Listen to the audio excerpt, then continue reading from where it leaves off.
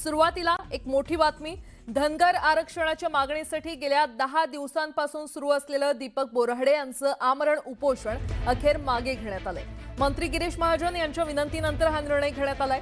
धनगर समाजाला एसटी प्रवर्गात समाविष्ट करण्यासाठी लढा सुरूच राहील असं महाजन यांनी स्पष्ट केलं।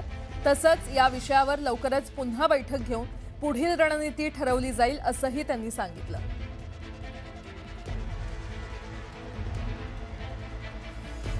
कि जिसकी जितनी संख्या भारी उसकी उतनी भागीदारी या तत्वावरती धनगर समाजाला न्याय मिळाला पाहिजे। हा न्याय कधी मिळेल? एसटीचा दाखला मिळाला तर सरकारचं मी आभार मानतो। कोणाला काय म्हणायचं याच्याविषयी मला माहित नाही।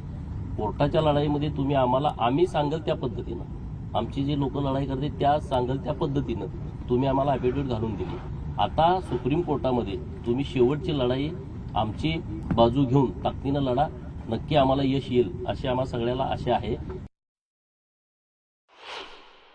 तर आरक्षण पाहिजे, पण ते कायमस्वरूपी टिकणारं पाहिजे। आपण म्हणतात काही लोक म्हणतात सरकारच्या देऊन टाका, दिलं तर ते लगेच दुसऱ्या दिवशी कोर्टामध्ये त्याला स्टे होणार आहे, त्याची आपल्या सर्वांना कल्पना आहे आणि त्यातून मग आउटपुट काही निघणार नाही। आणि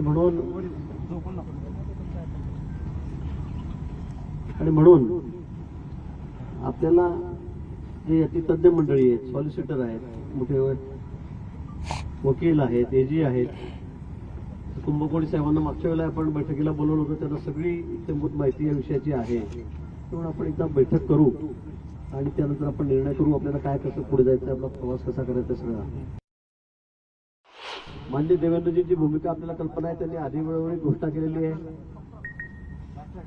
शिंदे साहेबही असतील किंवा सुनेत्राताई असतील, आमची सगळ्यांची भूमिका या बाबतीमध्ये अतिशय स्पष्ट आहे की आपल्याला कुठलाही आपल्याला अन्याय होता कामा नये, आपलं जे हक्काचं आहे ते आपल्याला मिळालंच पाहिजे। ही भूमिका जशी आपली तशी सरकारची पण त्या ठिकाणी आहे।